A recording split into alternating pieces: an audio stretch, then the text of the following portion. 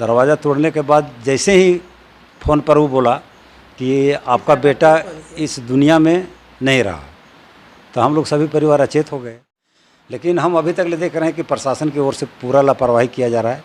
इस केस को हर हाल में यूडी केस बना करके इस चैप्टर को क्लोज करना चाह रहा है प्रशासन।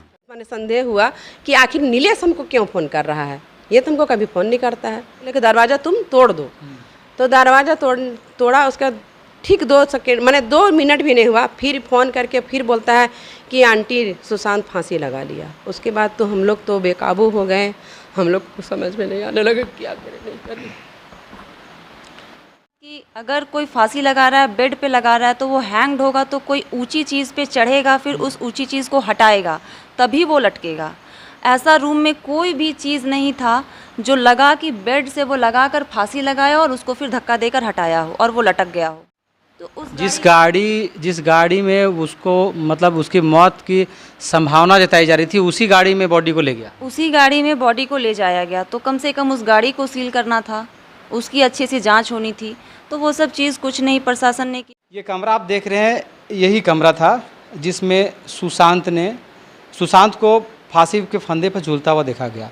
आपको बताते हैं कि ये फैन था, इस फैन के जस्ट नीचे जो है बेड लगा हुआ था। भीड़ भाड़ था, सब यहाँ पे डेड बॉडी आप लोगों ने देखा। उसके बाद नीलेश के मोबाइल पे लड़की का फ़ोन आता है और कहती है कि गार्जियन से हम बात करना चाहते हैं। अच्छा, तो हमको बोले गार्जियन बोले कि ऐसा करो, फ़ोन रिसीव करो, कहाँ बोलती है सुनो। तो बोले कि नहीं सुशांत को कुछ नहीं हो सकता है। हम कह रहे सुशांत का तो तुम ज़िंदगी खा गई, अब बचने कौन चीज़। तो बोले नहीं जाओ सुशांत को देखो, सुशांत की तबीयत ठीक नहीं है, हमारी फाइट हुई थी रात को, ऐसा उसने मैसेज चैट में लिखा है लड़की ने। तो उसके बाद फिर वो बोली है कि दरवाज़ा तोड़ दो, सुशांत रात को फांसी लगा रहा था, मैं वीडियो कॉल पर थी। नमस्कार, सफ़र 24 से मैं रंजन कुमार। आज हम उस परिवार के यहाँ हैं जहाँ कुछ दिन पहले मौत की घटना हुई थी, जो अभी भी जिसका पर्दाफाश नहीं हुआ है, क्योंकि बॉडी फंदे से झूलता मिला था। परिवार वालों का आरोप था कि मारा गया है, हत्या हुई है, लेकिन प्रशासन कहीं ना कहीं इसमें लापरवाही बरत करके और अभी तक इसका कोई क्लियरेंस नहीं किया है, कोई पर्दाफाश नहीं किया है कि यह हत्या था या सुसाइड था। तो हम परिवार वालों से आज सोचे एक बार बात कर लेते हैं, तो हम लोग पूरी घटना को जानने का प्रयास करेंगे, उनके परिवार से, उनके माता पिता से, उनकी बहन से, और ये एक क्लैरिटी इसमें आएगी कि आखिर घटना कैसे हुई और इस पर क्या अंदेशा जताया जा सकता है, और इसमें प्रशासन अभी तक कार्रवाई आखिर क्यों नहीं कर रहा है।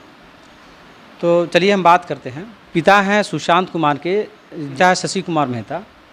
इनसे पहले हम जानेंगे कि सर, जब घटना जिस दिन हुई थी, जिस दिन सुशांत की मौत हुई थी, उस दिन आप लोग कहाँ थे और कैसे आप लोग को खबर लगा, और आप लोग ने आया तो क्या देखा? हम अपने परिवार के साथ हम लोग हजारीबाग गए हुए थे, और हम लोग को लेट होने की वजह से जैसे लगभग 8 साढ़े 8 बज गया था। तो हमने बेटा से बात की है, हम बोले कि बेटा तुम कहाँ पर है? तो बोला कि नहीं हम घर पर हैं। तो बोले खाना ना खा लेना, नहीं तो होटल से खा लेना। तो बोला कि नहीं घर में ही खाना हम खा करके और हम आराम करेंगे। और ये भी बोला कि देखिए पापा रात को बहुत हवा चलता है, इसलिए आप दीदी के यहाँ रुक जाइए, सुबह चले आइएगा। तो हम लोग रात में वहाँ खाना वाना खा करके सो गए, और जब सुबह हम लोग उठे लगभग 9 बजे के बीच में सुशांत का, सुबह कौन सा दिन था उस दिन? मंगलवार 27 तारीख था। और सुशांत कहाँ है? तो ये बोली कि सुशांत बड़का गांव में है, कहाँ रहेगा? तो नहीं, सुशांत का फ़ोन स्विच ऑफ बता रहा है। तो बोली कि स्विच ऑफ आ रहा है, तो तुम लोग तो जेबे करता है घर, तो जाके देखो उसको। तो जब वो घर पर आया तो यहाँ दरवाज़ा बंद था, और वो ऐसे बहुत ढकढकाया, लेकिन दरवाज़ा नहीं खुला।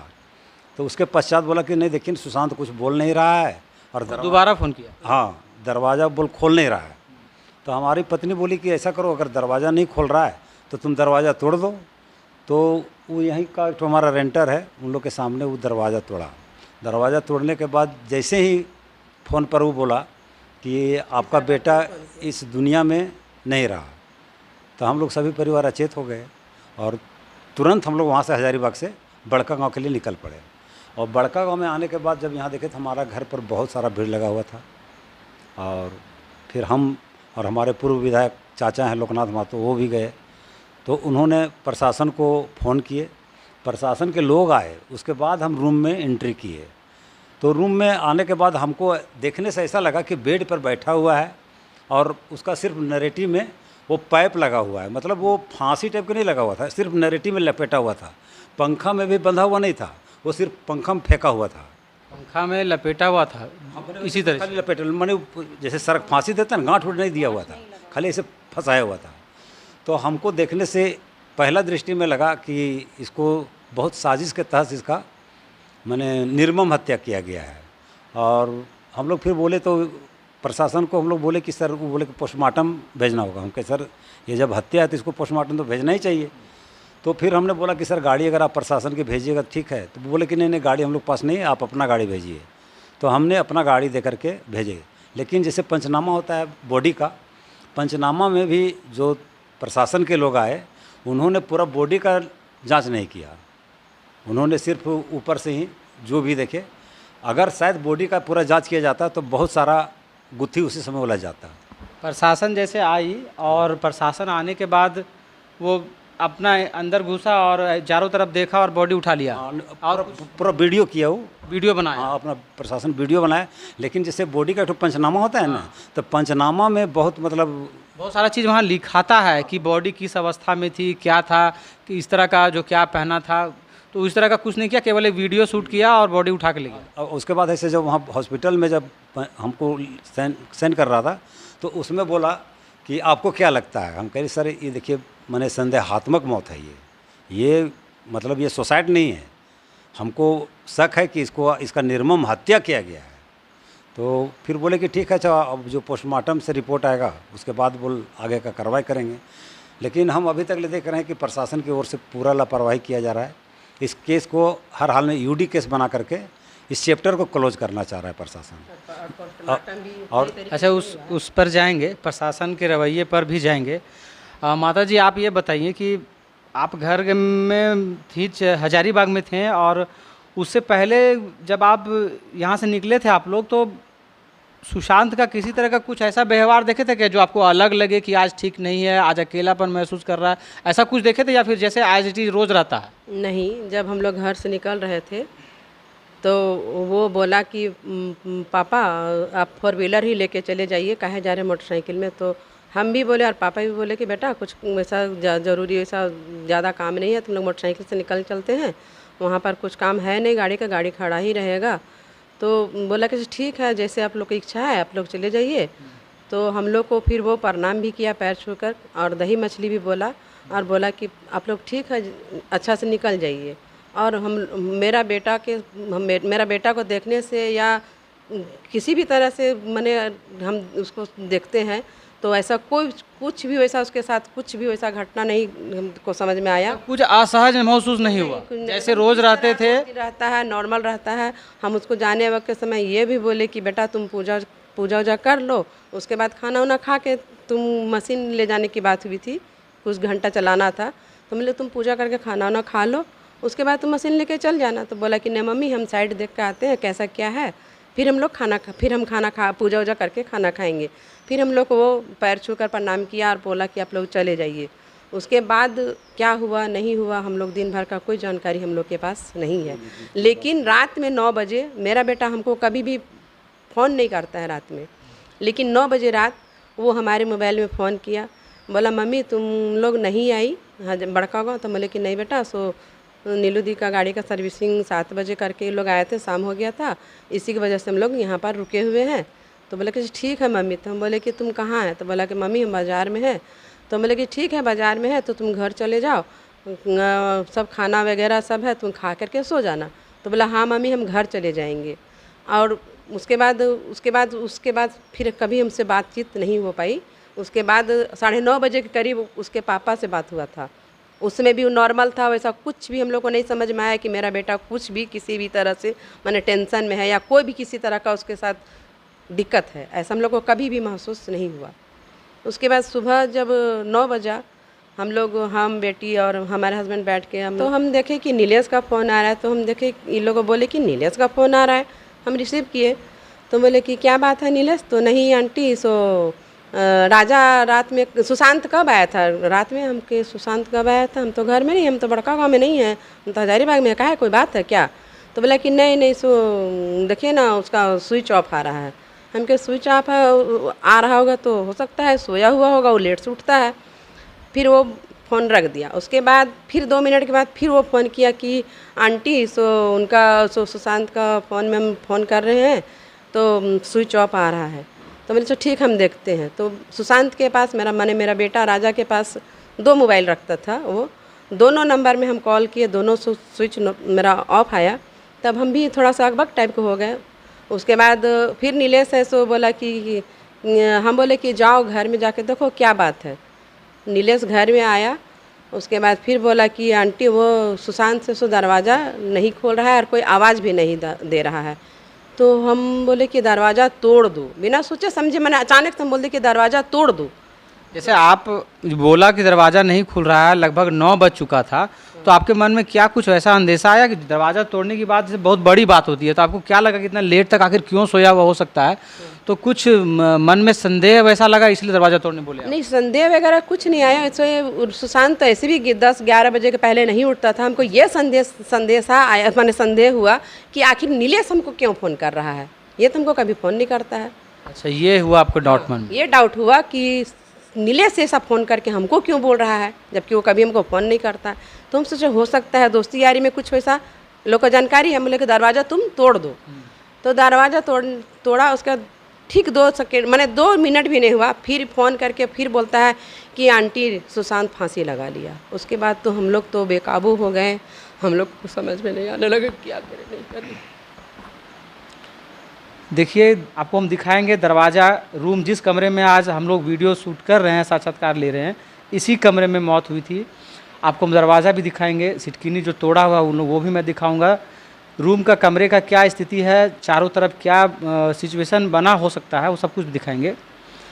अब यहाँ पे बात ये आती है कि जब इन लोग को खबर लगी कि वो फांसी में लगा हुआ है, तो माँ पिताजी तो एकदम से सेंसलेस हो गए होंगे उस समय। इनको तो समझ में नहीं आ रहा होगा कि क्या करें और क्या ना करें। फिर भी ये लोग आनन फानन में वहाँ से आए, घर आए, और यहाँ पर फिर जैसा कि बताया पिता ने कि फिर पुलिस को हम बुलाए। पुलिस आकर के अपना वीडियो वगैरह की और ले गई लाश को। लेकिन इनका एक आरोप ये है कि पुलिस कायदे से नहीं ले गई। क्या कायदे से नहीं ले गई ये आपको हम बताएंगे। पहले उनकी बहन से हम कुछ बात कर लेते हैं। मैंने भी यहाँ देखा, मौका वारदात पे हम भी आए थे। पुलिस किस तरीके से बॉडी को ले गई और क्या प्रिकॉशन रखना चाहिए, क्या उस समय उनको सावधानियां बरतना चाहिए, किसी केस में कैसे छेड़छाड़ हो सकता है। पुलिस बिल्कुल लापरवाही से बॉडी को उठा के ले गई है, हम खुद देखे हैं। पहले उनकी बहन से बात करते हैं। उनकी 3 बहनें थी सुशांत की। उसका घर का नाम राजा भी था, आपको बता देते हैं, कन्फ्यूज़ मत होइएगा, क्योंकि इंटरव्यू में कहीं राजा कहीं सुशांत आएगा, दोनों नाम उसी का है। 3 बहनें थी, 2 बहनों की शादी हो चुकी है। एक छोटी बहन है, वो अभी जॉब में है, उसका मैरिज नहीं हुआ अभी। ये बड़ी बहन है, नीलू कुमारी है, इनसे हम बात करते हैं। आप बताइए कि सुशांत का दोस्त लोग से मिलना जुलना, रहना और उसका व्यवहार से कुछ आपको क्या 2-4 दिन पहले कुछ ऐसा आभास हुआ था क्या कि हमारा भाई कुछ ऐसा अनकंडीशनल सिचुएशन में चल रहा है जो फांसी तक लगा सकता है? क्योंकि फांसी लगाता है तो लोग अचानक से नहीं लगाता, उसके दिमाग में साइकोलॉजिकल चेंजेस बहुत दिनों से आते रहता है, चाहे किसी भी मैटर को लेकर के हो। तो आपको कुछ ऐसा लगा? नहीं, ऐसा कभी एहसास नहीं हुआ कि मतलब ये बहुत डिप्रेशन में हो और इस टाइप का कुछ कदम उठा सकता है। जैसे थोड़ा सा पढ़ाई लिखाई में, हम लोग तीनों बहन हैं तो अपना जॉब वगैरह में हैं, तो कभी कभार पढ़ाई लिखाई को हम लोग लेकर उसको बोलते थे कि तुम पढ़ाई लिखाई पर ध्यान दो, लेकिन उसका देखे इंटरेस्ट बहुत ज़्यादा था अपना सिंगिंग की तरफ। तो जब सिंगिंग में इंटरेस्ट देखे तो हम लोग ये भी बोले कि सिंगिंग में करियर बनाना इतना आसान नहीं है। तो उसके बावजूद जब उसका इंटरेस्ट देखे तो उसको हम लोग सिंगिंग क्लास में भी एडमिशन कराया। वो 6th ईयर का फॉर्म भी इस बार भरा था, वो हम ही बताए थे। उसी के DAV के टीचर थे हज़ारीबाग में, वो सिंगिंग से कोर्सेज़ भी कर रहा था और मतलब वो चाहता था कि हम सिंगिंग में ही अपना आगे बढ़ें। तो हम लोग उसको बिल्कुल सपोर्ट कर रहे थे कि अगर पढ़ाई करके नहीं कर सकता, वो इंटरेस्ट में ही आगे बढ़ेगा तो बढ़े। उसका रूम में भी सब कुछ इंस्ट्रूमेंट वगैरह भी जो संभव था अभी तक खरीदा जा चुका था। और वो कितना क्लास तक पढ़ा था वो? ग्रेजुएट इंग्लिश से था। इंग्लिश से ग्रेजुएट था, फर्स्ट क्लास से? फर्स्ट क्लास से। कौन सा स्कूल कॉलेज से? अन्नादा कॉलेज से ग्रेजुएशन कंप्लीट हुआ था। देखिए ये छोटी बात नहीं है। बाज़ार में कुछ लोग अगर कुछ रूमर उड़ाते हैं कि बच्चा किस तरह का होगा, क्या परिवेश होगा, तो आप ये समझ लीजिए कि स्टैंडर्ड फैमिली है, तीनों बहन हैं, जॉब में हैं, बड़ी बहन टीचर हैं, और आपको बता दें कि वो खुद डीएवी का स्टूडेंट रहा, इंग्लिश ऑनर्स में ग्रेजुएट है, फर्स्ट डिवीज़न है। अब इतना आसान नहीं होता इस तरीके के एजुकेटेड लड़का के दिमाग को मैनिपुलेट करके और कोई फांसी तक उसको पहुंचा दे। तो ये एक पॉइंट है जो नोट करने वाला है। नहीं, और जैसे हमारे परिवार में कभी ऐसा प्रॉब्लम्स आया तो उसको हम बहुत बहादुरी से उस चीज़ से लड़ते देखे कि कभी वो हार नहीं माना था। तो आज ऐसा क्या सिचुएशन हो गया कि अचानक से ये फांसी लगा लेगा। और अगर ऐसा कुछ होता तो वो हमको इतना ज़रूर पता है कि घर में किसी एक सदस्य से वो डिस्कस ज़रूर करता। और वो 9:30 बजे रात तक पापा से अच्छे से बात किया है। पापा को वो बोला है कि पापा हम खा पी के सो जा रहे हैं, अब घर में हम हैं। हम लोग भी निश्चिंत हो गए। और ये उसके साथ पहली बार नहीं था कि उसको हम घर छोड़ कर चले गए थे। बहुत बार निकलते थे हम लोग, भाई है वो समझदार है, घर देखेगा, अपना रहेगा। तो जिस दिन ये घटना हुई तो पापा मम्मी मेरे ही पास थे, तो साथ में ही हम लोग आए। और जब आए तो हम लोग तो यही सोचे कि सुसाइड कर लिया, चाहे वो जिस भी तरह से हुआ। लेकिन जब हम लोग रूम में एंटर किए हैं तो उसका जो सिचुएशन हम लोग देखे, जो उसका पोजीशन देखे, तो वो किसी भी हालत में ये नहीं कह रहा है कि वो सुसाइड है। सुसाइड होता, अगर कोई हैंग्ड होता है तो वो लटका हुआ मिलेगा, वो पूरा बेड से टच बैठा हुआ स्थिति में है। एक तो ये शक की घड़ी है, मतलब शक की तरफ अच्छा, इशारा। उसके दोस्तों को पूछे थे आप लोग क्या कि वो अंदर घुसने के बाद ऐसा तो नहीं ना कि उसको उन लोग खोलने उलने का प्रयास तो नहीं किया था? ये चीज़ तो वो लोग बोला कि हम लोग टच नहीं किया। और हमारे एक रेंटर का बेटा भी साथ में था, तो वो बोला कि हम लोग बस देखे तो हल्ला कर दिए। इस तरह के सिचुएशन में जल्दी कोई सही में टच नहीं करता है, और कभी कोई टच करता है तो ये सोच के करता है कि शायद जान बचा लेंगे हम, तब टच करता है।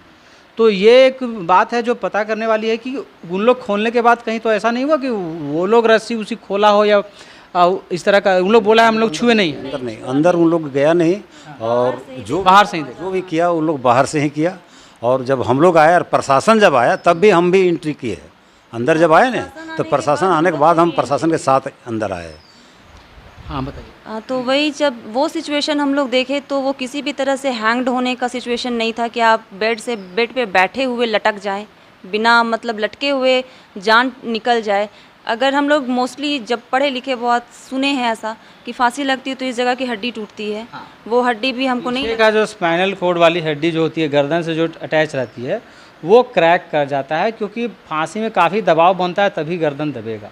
तो वो पोस्टमार्टम की रिपोर्ट में कुछ अभी आया क्या? रिपोर्ट में तो हम लोग नहीं बता पाएंगे, लेकिन उसके बॉडी को उठाने से ऐसा नहीं लगा कि इस जगह की हड्डी टूटी हुई। हम लोगों को जो एहसास है, अब तो फाइनल रिपोर्ट ही बताएगा क्या है। दूसरी बात कि अगर कोई फांसी लगा रहा है, बेड पे लगा रहा है, तो वो हैंग्ड होगा तो कोई ऊंची चीज़ पे चढ़ेगा, फिर उस ऊंची चीज़ को हटाएगा, तभी वो लटकेगा। ऐसा रूम में कोई भी चीज़ नहीं था जो लगा कि बेड से वो लगा कर फांसी लगाया और उसको फिर धक्का देकर हटाया हो और वो लटक गया हो। एक तो लटका हुआ नहीं था और वैसा कोई चीज़ भी नहीं था जो उसके बेड के आसपास हम लोगों को मिला। एक ये भी संदेह है। दूसरा, अगर कोई भी मरेगा तो 1 मिनट या 1 सेकंड के लिए उसके अंदर छटपटाहट ज़रूर होगी। वो बेड पे जब बैठा होगा तो हाथ पैर ज़रूर छटपटाता। बेड के बिस्तर पे एक सिलवट नहीं है, जबकि हम नॉर्मली अगर अभी बैठ के उठेंगे तो कुछ ना कुछ सिलवटें आएगी। बिल्कुल लग रहा है बेड खींचकर अच्छा से बंद किया, मतलब सरियाया हुआ है। तो ये सब चीज़ संदेहात्मक है कि आखिर इस तरह से कैसे हो सकता है।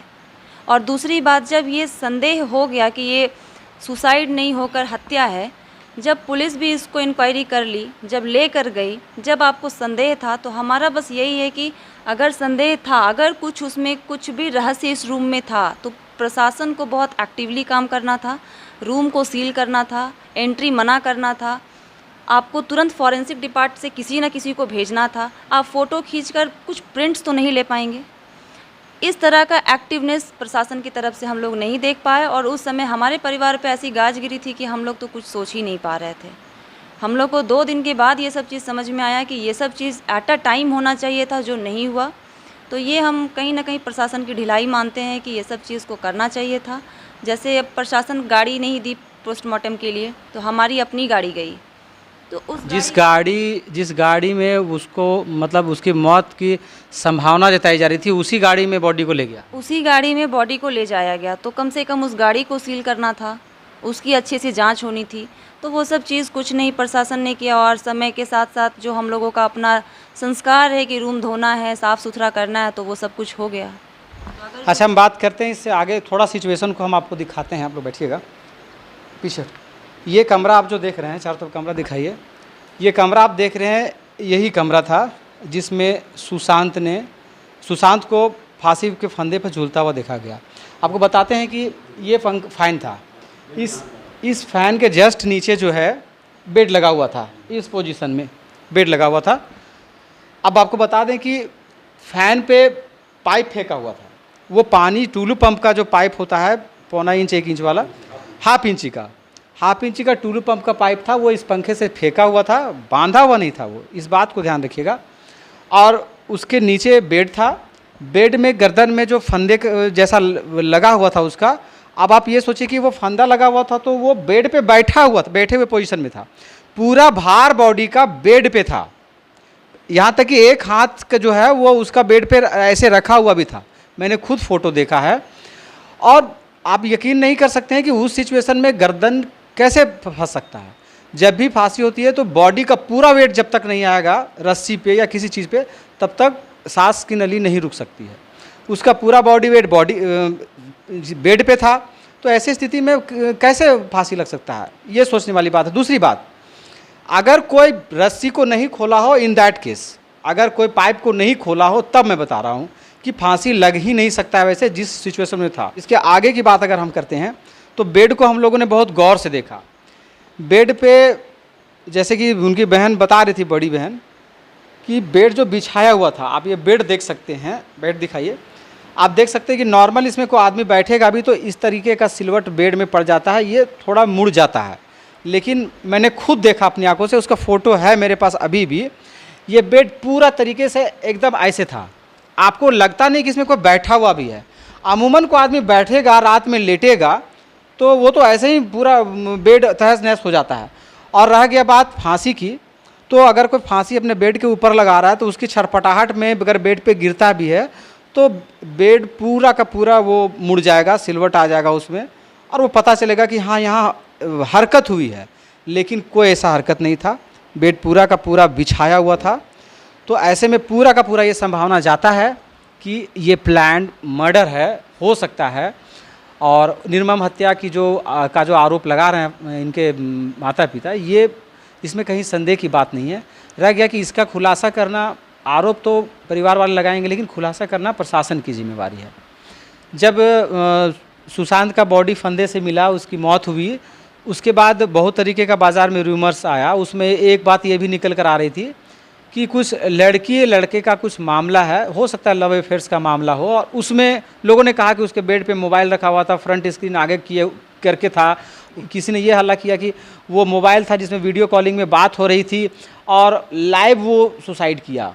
ठीक है, तो ये सारी चीज़ें, तो हम लोग को लगा था कि ये सारा चीज़ है तो मोबाइल में अगर लाइव सुसाइड किया है ये तो बहुत आसान होगा, क्योंकि टेक्नोलॉजी है तो उसको तो पुलिस पकड़ लेगी। तो हम गार्जियन से ये पूछना चाहेंगे कि अगर लव अफेयर्स का मामला था तो आखिर किसके साथ था, वो लड़की कौन थी या कौन हो सकती है, किससे बातचीत होता था, क्या आपके घर आना जाना था, आप लोगों का भी बात था, या उसके बारे में कभी परिवार में जिक्र हुआ, क्या हुआ था? जैसे हमको देखिए, उस दिन जब हम आए हजारीबाग से तो वो लड़की है सो फ़ोन की नीलेश पास। लड़की का नाम अभी डिस्क्लोज हम नहीं करेंगे अपने चैनल पे। लड़की कोई थी जो बड़का गांव की है, जो उसके मोबाइल पे, नीलेश के मोबाइल पे कॉल की थी। ये आपको कैसे पता चला कि उसको नीलेश पास फ़ोन के बोली ना लड़की कि हमको सुशांत के माँ बाप से बात करवाओ, सुशांत के माँ बाप से बात कराओ, ये नीलेश को वो लड़की बोल रही है, जिससे सुशांत का मतलब एक तरीके से फ्रेंडशिप था, ये कह सकते हैं। तो ये बात आपको कैसे पता चला? नीलेश बताया? नीलेश चूँकि रूम में था और वहाँ पर हमारे पूर्व विधायक भी जी थे और रंजीत मुखिया, ये सब था। अच्छा, वो जब आप लोग आ गए थे, जब भीड़ भाड़ था, सब यहाँ पे डेड बॉडी आप लोगों ने देखा, उसके बाद नीलेश के मोबाइल पे लड़की का फ़ोन आता है और कहती है कि गार्जियन से हम बात करना चाहते हैं। अच्छा, तो हमको बोले, गार्जियन बोले कि ऐसा करो, फ़ोन रिसीव करो, क्या बोलती है सुनो। तो बोले कि नहीं, सुशांत को कुछ नहीं हो सकता है। हम कह रहे सुशांत का तो तुम ज़िंदगी खा गई, अब बचने कौन चीज़ है। तो उसके पहले नीलेश को वो बोल, जैसे कि वो रात में 26 तारीख की रात में, और रात में मैंने 12:59 या 12 कुछ टाइम था, उस समय वो मैसेंजर कॉल में कॉल करके उसको बताई कि सुशांत है सो कुछ गलत कर अच्छा, जिस लड़की का आप लोग जिक्र कर रहे हैं यहाँ पर एक क्लियर कर दिए कि उससे आप लोगों को नॉलेज में था कि उससे इसकी बातचीत थी, दोस्ती थी, कुछ कोई ऐसा? नॉलेज नहीं था।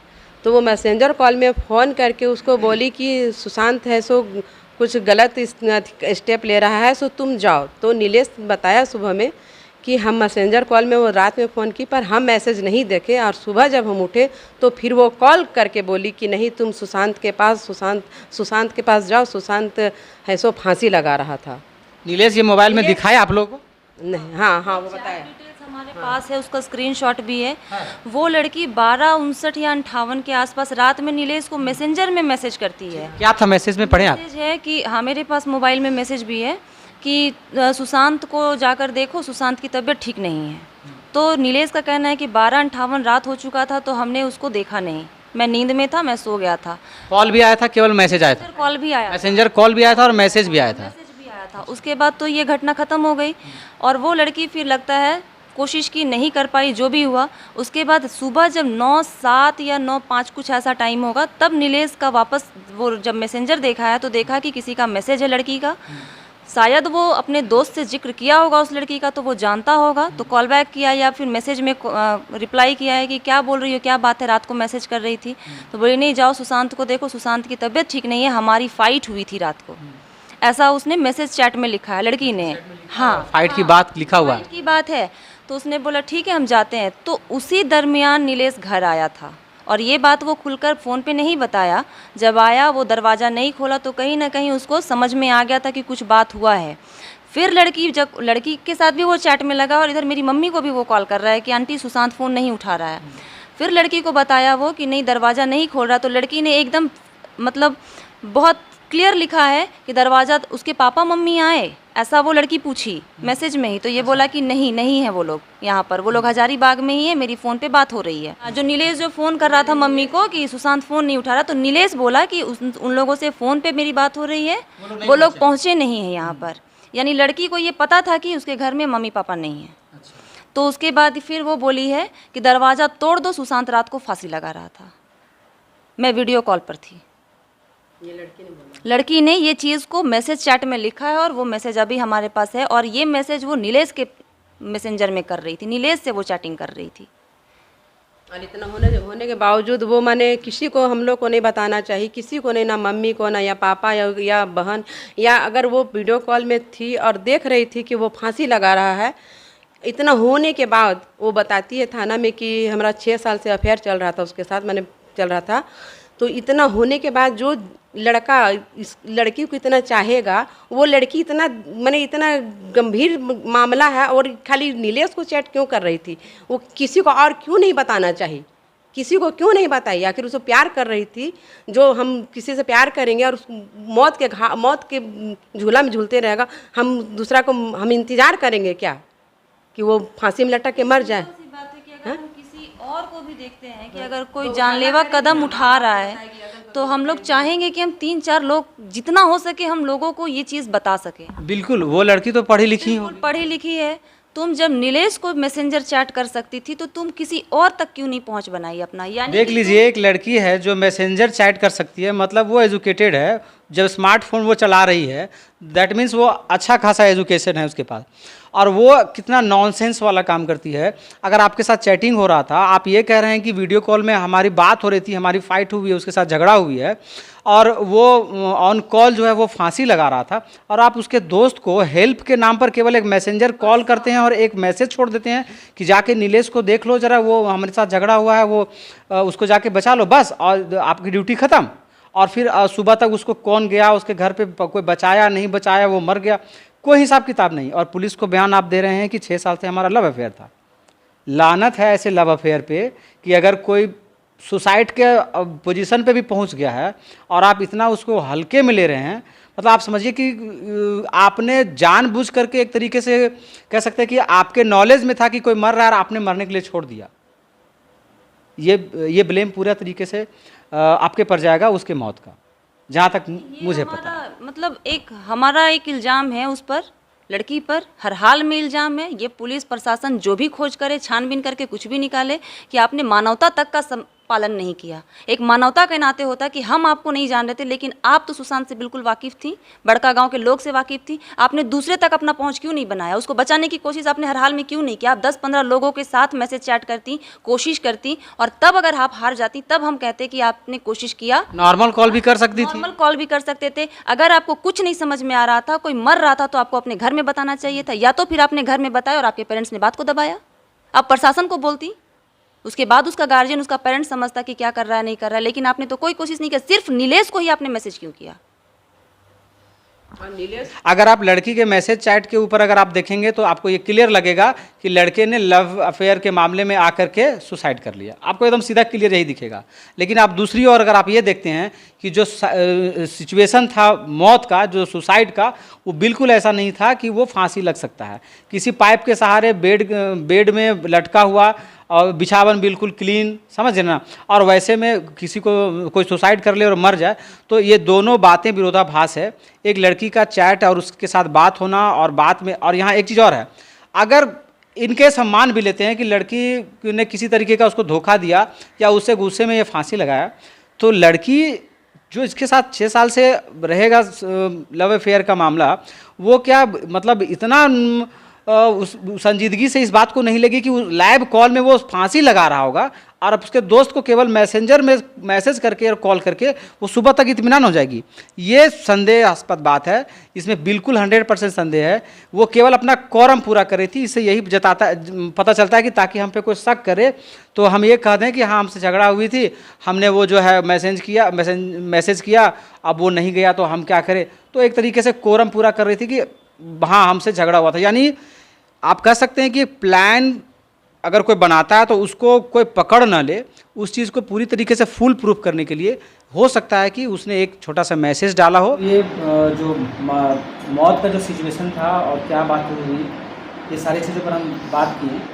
अब हम लोग देखते हैं कि प्रशासन का इसके ऊपर अभी तक इतने दिनों में, लगभग अब महीना दिन कुछ दिन बाद हो जाएगा, प्रशासन का अभी तक क्या इस पर रोल रहा है और क्या छानबीन की है? गार्जियन से पूछते, आप थाना गए थे, आपने आवेदन दिया, तो क्या प्रशासन बता रही है, पुलिस क्या बोल रही है? देखिए प्रशासन जैसे हम लोग बीच बीच में संपर्क कर रहे हैं या फिर फ़ोन से भी संपर्क कर रहे थे, तो बोल रहे कि नहीं हम लोग पूरा, हम बोले कि सर जो है सो गहराई से किया, क्योंकि मान लीजिए जब तक गहराई से नहीं कीजिएगा तब तक इसका पर्दाफाश नहीं। और आज मान लीजिए मेरा बेटा के साथ घटना घटा, आने वाले समय में और घटना घटते रहे, तो इस तरह का घटना नहीं घटे, कम से कम इसके लिए दोषीवार को हर हाल में सज़ा मिलनी चाहिए, ताकि हम लोग को ये संतुष्टि हो कि ठीक है मेरा बेटा नहीं रहा है दुनिया में, लेकिन आने वाला दिन में और लोग के साथ ऐसा घटना नहीं घटे। तो प्रशासन का देखें कि बीच में रवैया हमको लगा कि उदासीनता देखे, जिस तरह से मान ली एक्टिव होना चाहिए, हमने तो कहने का मतलब है कि जो क्राइमर है एक तरह से कहिए कि उन लोग को सारा चीज़ हम लोग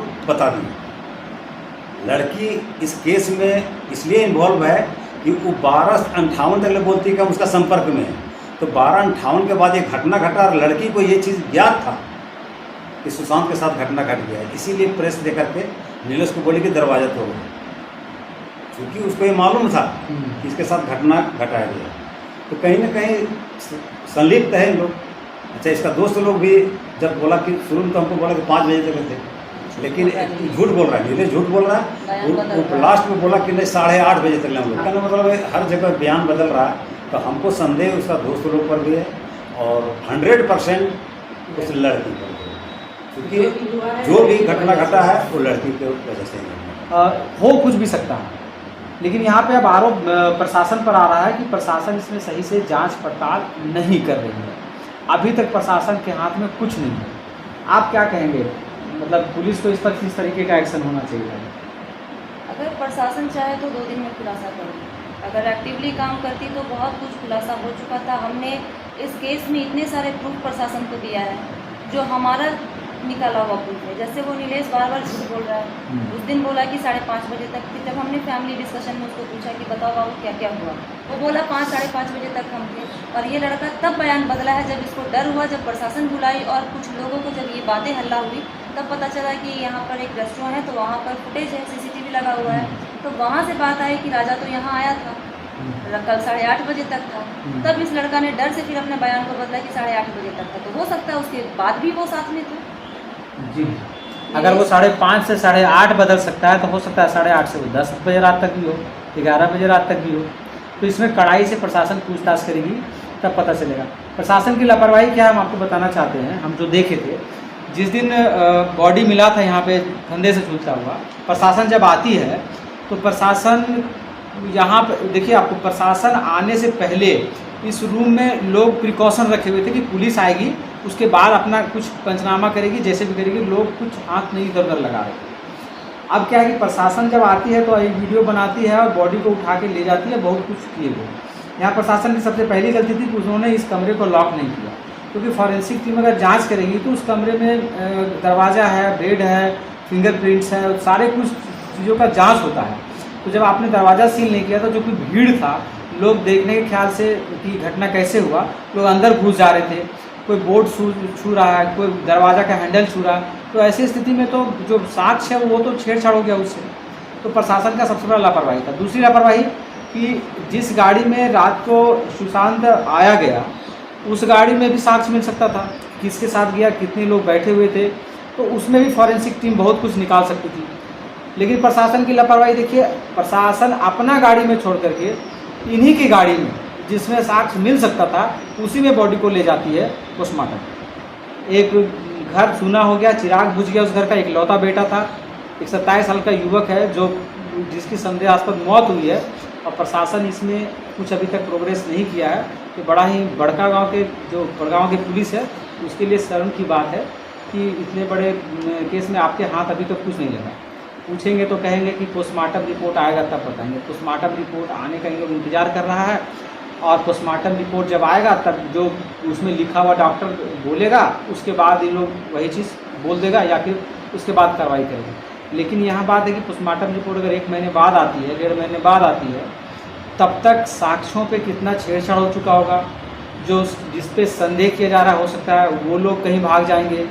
तो प्रशासन को इस तरफ टाइट रहना चाहिए। प्रशासन की ये ढिलाई है, हम भी मानते हैं, लेकिन प्रशासन से ये उम्मीद रहेगी कि एक परिवार जो अपने घर का जिसका चिराग बुझ गया है, कम से कम उसको न्याय मिलना चाहिए। अगर न्याय नहीं मिलता है तो ये एक तरीके का अन्याय है। इनके साथ आज न्याय नहीं हुआ। जो लड़के या जो लड़की या जो घर वाले गार्जियन, कुछ भी दोस्त साथी, जो भी अगर ये मर्डर है इनकेस और इसमें इन्वॉल्व हैं और उनको अगर सज़ा नहीं होती है तो उनका मन बढ़ जाएगा और कल किसी और के साथ ये घटना होगी। तो प्रशासन को इस पर एक्शन लेना चाहिए।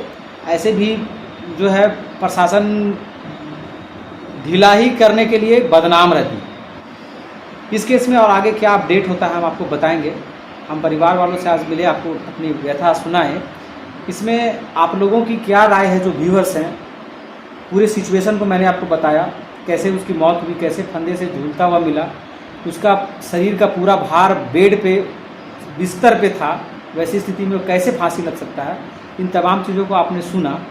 उसके दोस्त की क्या करतूत थी, जो लड़की थी वो कब फ़ोन की और किस तरीके से वो ढिलाई बरती, ये तमाम चीज़ों को आप दर्शक अपने तरीके से एनालिसिस कीजिए और आप कमेंट में ज़रूर बताइएगा कि ये क्या हो सकता है।